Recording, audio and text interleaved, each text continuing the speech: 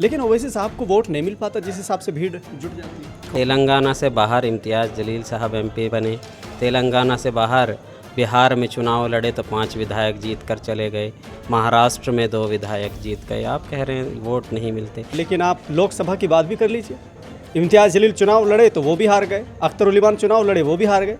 क्या हुआ इसे? गांव-गांव में घूम रहे हैं, 2.5 आदमी आ रहे हैं। ओवैसी साहब को 10 मिनट के लिए कहीं खड़ा कर दो, किसी को मत बताना ओवैसी साहब आ रहे हैं, बस चेहरा दिखा देना, पता लग जाएगा भीड़ किसके पीछे है।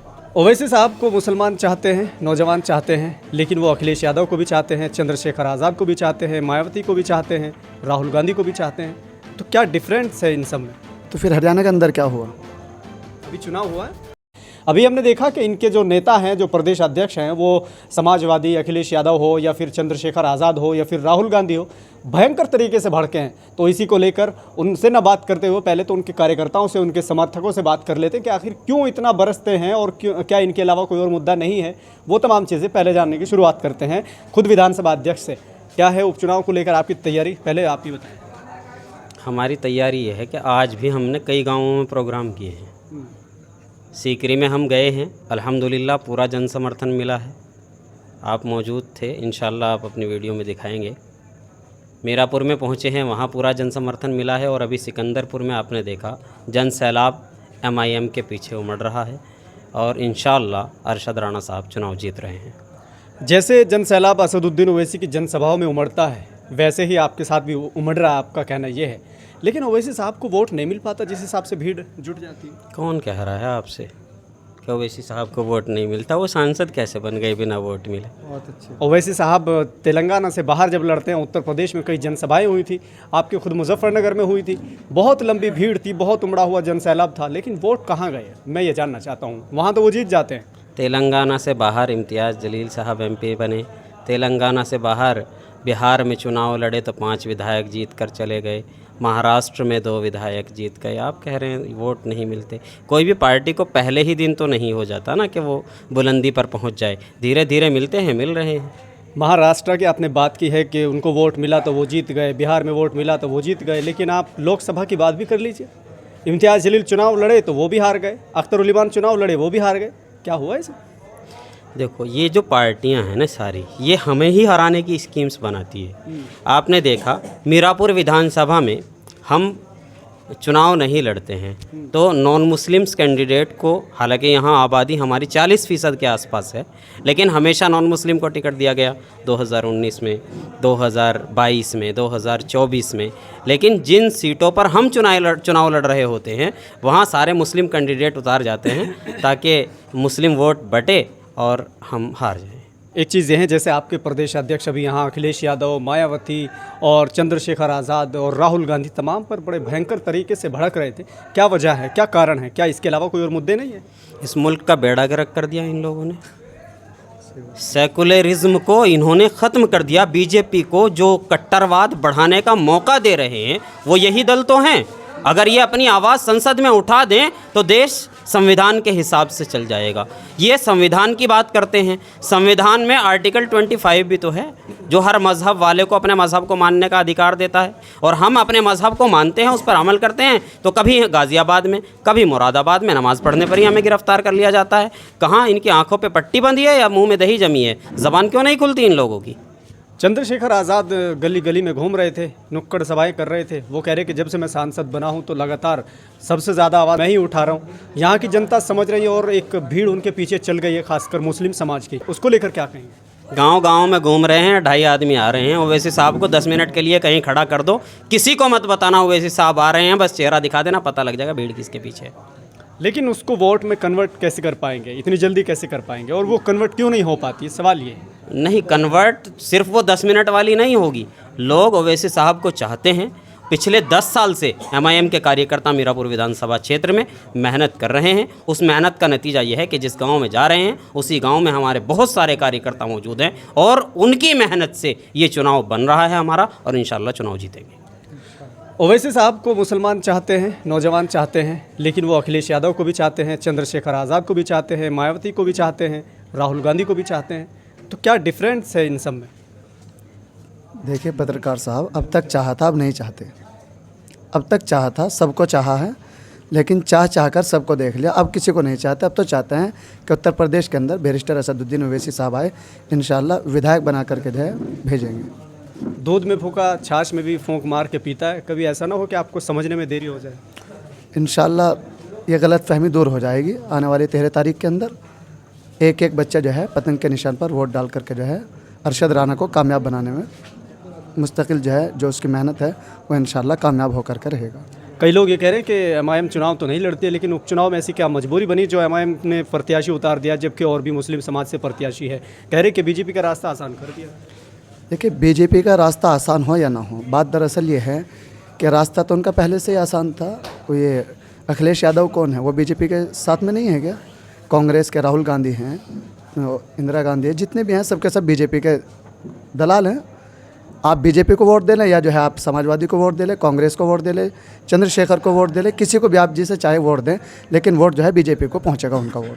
कैसे पहुंचता है? क्योंकि जब वो नेता प्रतिपक्ष के रूप में जब वो भाषण देते हैं, बोलते हैं, तो कहीं ना कहीं बीजेपी के खिलाफ बोलते हैं। विधानसभा की बात करें उत्तर प्रदेश की, अखिलेश यादव ने जिनको अपने नेता प्रतिपक्ष बनाया हुआ है, वो भी सब सरकार के खिलाफ लड़ते हैं। तो ऐसे कैसे कह सकते हैं? तो फिर हरियाणा के अंदर क्या हुआ?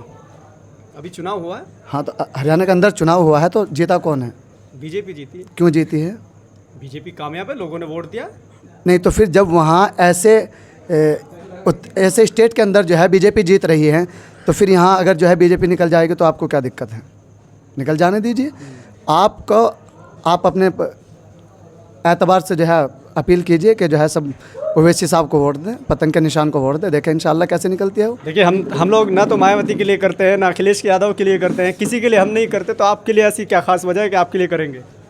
आप खुद बताइए कि बैरिस्टर असदुद्दीन ओवैसी साहब जो है हर एक मजलूम के साथ खड़े हैं या नहीं खड़े? अगर खड़े हैं तो आप जो है अपील करें, और अगर नहीं खड़े हैं तो मत कीजिए, बताइए मुझे आप। लेकिन दावा तो ये तमाम राजनेता करते हैं ना, इन पर कैसे विश्वास किया जाएगा? ये तो कभी आपके साथ कभी मेरे साथ ऐसा होता है, तो कैसे विश्वास किया जा सकता है? बात विश्वास की नहीं है, बात जो है आंखों की भी है कि आंखों से देख लीजिए। जहाँ कहीं भी जो है अतीक अहमद कहाँ गए? अतीक अहमद, मुख्तार अंसारी, आज़म खान कहाँ हैं ये सब लोग? अगर इन लोगों ने जो है बीजेपी को फ़ायदा नहीं पहुंचाया है, तो फिर आज़म खान कहाँ है? मुझे बतला दीजिए आप। आज़म खान की जो एक कंडीशन बनी है, आखिर किसने बनवाई है? आज़म खान एक कद्दावर नेता थे सपा के, लेकिन उनकी देखो हालत क्या कर दी गई। उनके बेटे अब्दुल्ला की हालत देख लीजिए क्या कर दी गई। तो मैं तो यही कहूँगा कि देखिए, सब के सब जो है एक हैं, एक ही थाली के चट्टे बट्टे हैं। तो आप किसी के चक्कर में और बहकावे में जो है लोगों को ना ला करके जो है, सिर्फ मैं सबसे एक ही अपील करता हूँ कि अगर बीजेपी को हराना है तो बैरिस्टर असदुद्दीन ओवैसी साहब के पतंग के निशान पर वोट डाल करके जो है अरशद राणा को कामयाब करें। इंशाल्लाह बीजेपी खुद ब खुद हार जाएगी। सभी लोग, सभी राजनेता एक थाली के चट्टे बट्टे हैं, लेकिन ओवैसी साहब को समझने को फिर भी तैयार नहीं, क्या वजह है? नहीं, इंशाल्लाह अब समझ चुके हैं, और इंशाल्लाह जहाँ भी जा रहे हैं पूरी सपोर्ट मिल रही है कि इंशाल्लाह इस बार ओवैसी साहब को वोट देकर कामयाब बनाएंगे और अरशद राणा को यहाँ से विधायक बनाकर विधानसभा में पहुँचाएंगे। क्या लगता है आपको, जिस तरीके से राजनीतिक मुद्दों को लेकर जो बातें हो रही हैं, राजनेताओं पर जो वार किया जा रहा है, क्या इसके अलावा कोई और मुद्दे नहीं है? बस मुद्दे तो यही हैं कि जितने भी कैंडिडेट हैं, इंशाल्लाह हमारे जो अरशद राणा कैंडिडेट हैं उनके आगे कोई नहीं टिक पाएगा। इंशाल्लाह 10-11 बजे तक ही सबका सफाया हो जाएगा और फिर अरशद राणा ही राणा, पतंग ही पतंग होगी इंशाल्लाह। अरे भाई, दूसरे मुद्दे यहाँ थोड़ी उठाए जाएंगे, दूसरे मुद्दे पार्लियामेंट में उठाने के लिए है ना ओवैसी साहब। लेकिन लोकल के मुद्दे भी तो उठाइए ना, फिर क्या ज़रूरत है अरशद राणा को मैदान में उतारने की? जब वो उठाएंगे तो अरशद राणा साहब पार्लियामेंट में नहीं जा रहे ना विधायक बन के, वो विधानसभा में जाएंगे, वो वहीं ऐसे ही उठाएंगे। हाँ, तो आप कह रहे हैं ना कि ओवैसी साहब उठा रहे मुद्दे, तो विधानसभा में कौन उठाएगा? हाँ, विधानसभा में अरशद राणा उठाएंगे। तो इसीलिए आपने प्रत्याशी उतारा है। आप कह रहे हैं कि लोकसभा में उठ रही है, तो विधानसभा में अगर मुद्दे उठाने तो हाँ, जिस मुद्दे को उठाने की जरूरत है उसको यहाँ उठाएंगे, जिस मुद्दे को पार्लियामेंट में जरूरत है उसे पार्लियामेंट में उठाएंगे, जिस मुद्दे को कलेक्ट्रेट में जरूरत है उसे वहाँ उठाएंगे, जिस मुद्दे को मीडिया में जरूरत है उसे यहाँ उठाएंगे। लेकिन यहाँ पूरे भाषण में हमने सुना है लोकल के मुद्दों पे कम बातें हुई है और ज़्यादातर राजनेताओं पर वार ज़्यादा हुआ है। क्या बहुत सारे हमारे नहीं, उन पर तो इसलिए होती है कि उन्होंने बेड़ा गर्क किया है ना देश का। भाई, जो आज सत्ता में है, जो आज विपक्ष में है, वो कल सत्ता में भी तो थे। कांग्रेस सत्ता में थी, नरेंद्र मोदी गुजरात दंगे के मुलजिम थे, इन पर इल्ज़ाम लगा था कि इन्होंने दंगा कराया है। कांग्रेस उसकी जांच करा सकती थी ना, तो वही नरेंद्र मोदी शायद आज प्रधानमंत्री नहीं होते, कहीं और होते। योगी आदित्यनाथ के नाम की फाइल अखिलेश यादव ने खुद कहा कि उनके इल्ज़ामात की फाइल मेरे सामने आई थी, मैंने उसको इग्नोर कर दिया था। तो जब आप अपराधियों की लिस्ट को इग्नोर करोगे तो फिर वही होगा ना, आप विपक्ष में बैठेंगे, सत्ता में कोई और बैठेगा। तो इसके लिए आप आवाज़ उठाएं और चुनने का काम करें, जैसे जहां आप कह रहे कि विधानसभा हो, लोकसभा हो, जहां भी है। लेकिन इसके साथ में और लोकल के लोग हैं। आप कहां से हैं? मैं ग्राम चुड़ियाले से, विधानसभा में आता है मेरी मीरापुर विधानसभा में। फटका वटका डाला हुआ है, क्या बात है? क्या चुनावी कैंपेन में शामिल थे क्या? हाँ जी, डोर टू डोर कैंपेन कर रहे हैं हम जाकर के, और हमें अच्छा रिस्पॉन्सिबिलिटी मिल रही है यहाँ से। अच्छा जुड़ रहे हैं लोग हमारे साथ, समाजवादी का और बाकी अन्य पार्टी को सोपड़ा साफ है। अच्छा, लेकिन और लोग ये कह रहे हैं कि हाँ एमआईएम का कुछ नहीं होगा। अब ज़मीनी स्तर पे काम कर रहे हैं, आप लोग भी हैं और हम भी हैं, आप सब देख ही रहे हैं। रुझान हमारा माशाल्लाह बहुत बढ़िया चल रहा है। रुझान का सही पता तो 13 तारीख के बाद ही पता चलेगा। 13 तारीख को वोटिंग होगी। रिजल्ट हमारा आने वाली 13 तारीख में ईवीएम के अंदर ओनली पतंग ही पतंग कैद होगी, दूसरी कोई चीज़ नहीं होगी। अच्छा, क्या नाम है? मोहम्मद नवाजिश कहाँ से? सिकंदरपुर से है जी। सिकंदरपुर जी। क्या लगता है जैसे ये लोग यहाँ आए हैं, इनसे थोड़ा साइड में हट के बताइए, क्या वाकई वोट मिल पाएगा? हम तो वैसे ही साथ है यहाँ पूरा गांव जी, बिल्कुल पूरा जो इस गांव में कम से कम 6-7 हज़ार वोट है, और 6-7 हज़ार वोट कुल मिला के जो 300 वोट है वो तो जा सकते हैं इधर उधर, बाकी सब वोट यहाँ पतंग को मिलने वाला है, और माशाल्लाह यहाँ से पतंगी होके जाएगी। ऐसा कहा जा रहा है कि यहाँ से 80% 85% वोट जो है वो केतली की तरफ। इंशाल्लाह पतंग ही जीतेगी, पतंग के फैन हूँ। पतंग के फैन है, पतंग जीतेगी इंशाल्लाह। सुबह 8 बजे जीत जाएगी। 8 बजे? 8 बजे पक्का जीतेगी। क्या नाम है? मोहम्मद रिजवान रिजवान जी। क्या लग रहा है यहाँ कौन लोग आए थे? इंशाल्लाह पतंगी जीतेगी और जीतनी भी चाहिए, क्योंकि लॉकडाउन में किन्ने मुद्दा उठाया, सिर्फ इन्होंने उठाया, हमारे उवैसी ने। जब कहाँ से थे, जब नमाज के ऊपर हमारी अजान भी बंद करवा दी थी, हमारी नमाज भी बंद करवा दी थी, और जब आज हम आग में चला, सिर्फ पतंग पे ही मोहर लगेगी और कहीं पर लगने की नहीं। इंशाल्लाह हमने मायावती को भी दे लिया, हमने 6 साल से मैं वोट घेरू।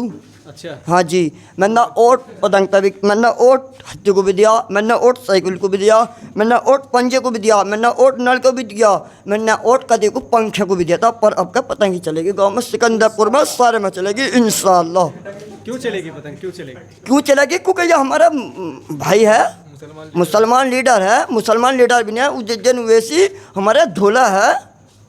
कुछ मुसलमानों का भी तो होना चाहिए कि मुसलमानों को कितना सताया जा रहा है। कहाँ गया हमारे बेचारे, कहाँ गया बेचारे हमारे ये